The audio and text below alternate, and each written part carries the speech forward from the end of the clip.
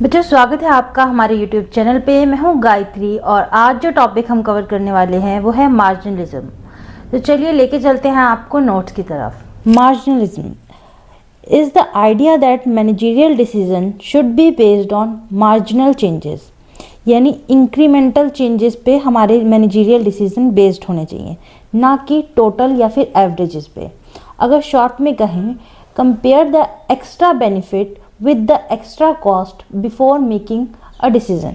तो जब भी हम डिसीजन लें तो हम क्या देखें उसके अंदर कि हमारी एक्स्ट्रा कॉस्ट की वजह से हमें एक्स्ट्रा बेनिफिट कितना मिल रहा है। ठीक है, अब इसका यहाँ पे गोल्डन रूल है जो क्या कहता है, take an action as long as marginal benefit is greater than और इक्वल टू मार्जिनल कॉस्ट। यानी कि जो मार्जिनल बेनिफिट है वो या तो बड़ा हो यानी ज़्यादा हो या फिर उसके इक्वल हो, किसके, मार्जिनल कॉस्ट के। ठीक है, meaning of marginal, marginal refers to the additional और extra effect of producing, selling और कंज्यूमिंग वन मोर यूनिट। जब भी हम एक और यूनिट प्रोड्यूस करते हैं या सेल करते हैं या कंज्यूम करते हैं, उसका जो एडिशनल इफेक्ट आता है उसको क्या कहते हैं हम, मार्जिनल। ठीक है, नेक्स्ट है हमारे पास मार्जिनल कॉस्ट और marginal revenue. Extra cost of producing one more unit, जब भी हम एक एक्स्ट्रा या फिर मोर यूनिट प्रोड्यूस करते हैं तो उसकी जो कॉस्ट आती है उसको क्या कहते हैं हम, मार्जिनल कॉस्ट। ऐसे ही अगर हम रेवेन्यू की बात करें तो जो एक्स्ट्रा रेवेन्यू आता है from selling one more unit उसको क्या कहते हैं, मार्जिनल रेवेन्यू। नेक्स्ट है हमारे पास मार्जिनल यूटिलिटी। यूटिलिटी की अगर हम बात करें, जो एक्स्ट्रा सेटिस्फेक्शन मिल रही है हमें फ्रॉम वन मोर यूनिट, जैसे ही हम एक और एक्स्ट्रा यूनिट कंज्यूम करते हैं तो जो सेटिस्फेक्शन हमारी बढ़ रही है या मिल रही है उसको क्या कहते हैं, marginal unit, sorry marginal utility.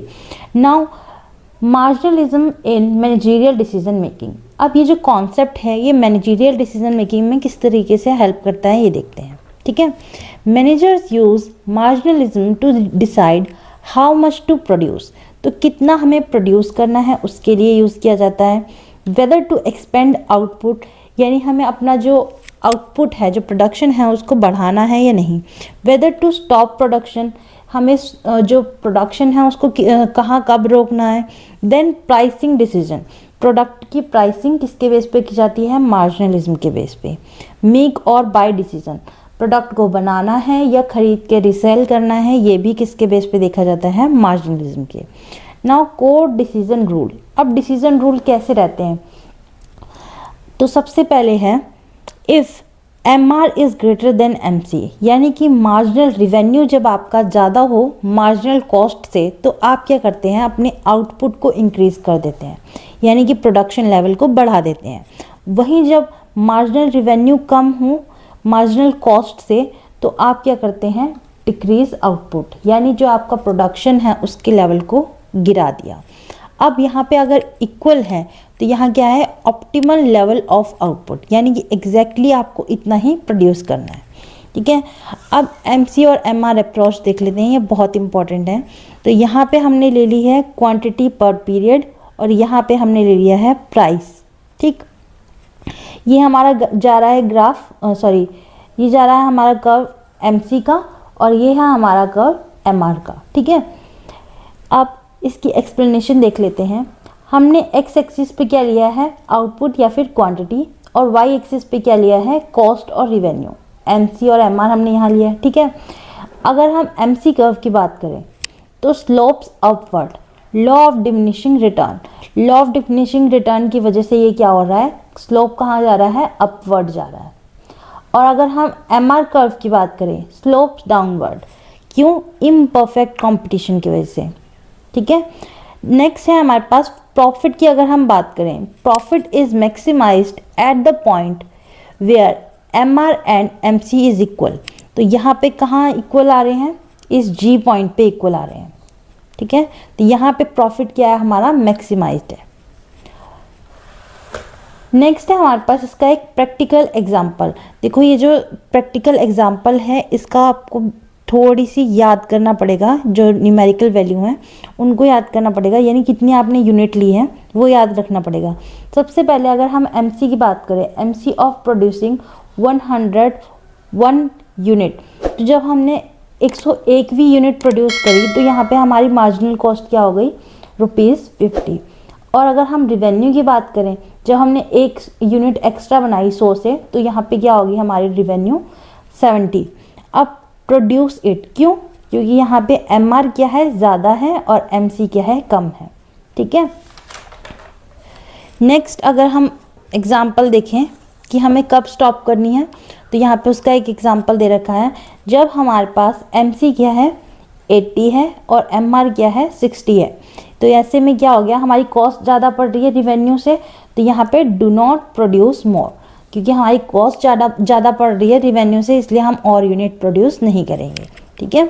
Next है हमारे पास importance of marginalism in managerial economics. अब मैनेजरियल इकोनॉमिक्स में मार्जिनलिज्म कैसे इम्पॉर्टेंट है, तो सबसे पहले साइंटिफिक डिसीजन मेकिंग, ये एक कैलकुलेटिव वे है जिससे आप क्या करते हैं, पता करते हैं कि हमें प्रोडक्शन बढ़ानी है, घटानी है या रोकनी है। ठीक है।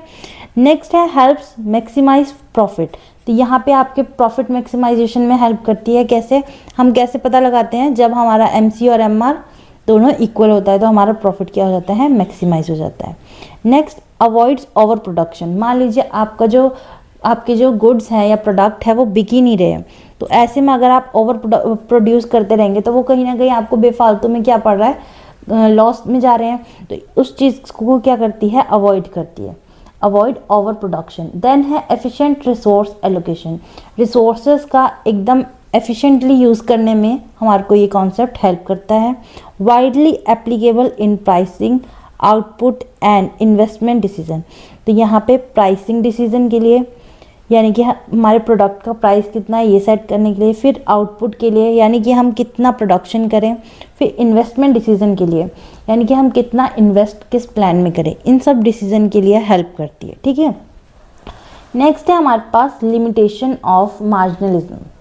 लिमिटेशन की अगर हम बात करें तो यहाँ पे अज्यूम करती है accurate cost and revenue data. यहाँ पे जो कॉस्ट है वो कहीं ना कहीं अज्यूम की जा रही है और रिवेन्यू डाटा भी अज्यूम किया जा रहा है, तो अजम्पशन पे बेस्ड है, इसलिए ये क्या हो गया, एक ड्रॉबैक हो गया। Difficult to apply under uncertainty, मान लीजिए आपकी क्योंकि आपका बिजनेस क्या रहता है, डायनेमिक रहता है, चीज़ें बदलती रहती हैं, तो यहाँ पे अनसर्टेनिटी और रिस्क क्या रहता है, बना रहता है, तो ऐसे में इस चीज़ को अप्लाई करना, इस कॉन्सेप्ट को अप्लाई करना क्या हो जाता है, डिफ़िकल्ट हो जाता है। Ignores long term strategic consideration, तो यहाँ पे लॉन्ग टर्म स्ट्रेटेजिक कंसिड्रेशन को क्या किया जाता है, इग्नोर किया जाता है, यानी वो चीज़ें जो हमारे को आगे जाके फ़ायदा या नुकसान दे सकती हैं उन पे गौर नहीं किया जा रहा, बल्कि किस पे किया जा रहा है कि आप एक एक्स्ट्रा यूनिट प्रोड्यूस कर रहे हैं तो आपको क्या कॉस्ट पड़ रही है, क्या रिवेन्यू पड़ रहा है।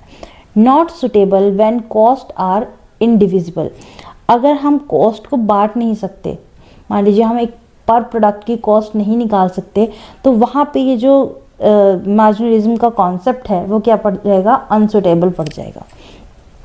नेक्स्ट है हमारे पास इसका conclusion, marginalism is a fundamental principle in managerial economics that guides manager to make rational and efficient decision. तो यहाँ पे ये एक कॉन्सेप्ट है किसका, मार्जिनल इकोनॉमिक्स मैनेजरियल इकोनॉमिक्स का, जो मैनेजर को क्या करता है, गाइड करता है ताकि वो रैशनल और एफिशिएंट डिसीजन ले सके। कैसे ले सके, bye focusing on marginal cost revenue rather than total value, total value को इग्नोर करते हुए वो किस पे गौर करे, मार्जिनल कॉस्ट और रिवेन्यू पे। ठीक है। By applying the marginal rule, marginal rule क्या था हमारे पास, जब हमारा MC MR के इक्वल हो। ठीक है। तो ये था हमारा टॉपिक मार्जिनलिज्म का, आई होप आपको समझ आया हो। Thank you. तो ये था हमारा टॉपिक मार्जिनलिज्म का, आई होप आपको समझ आया हो। Thank you.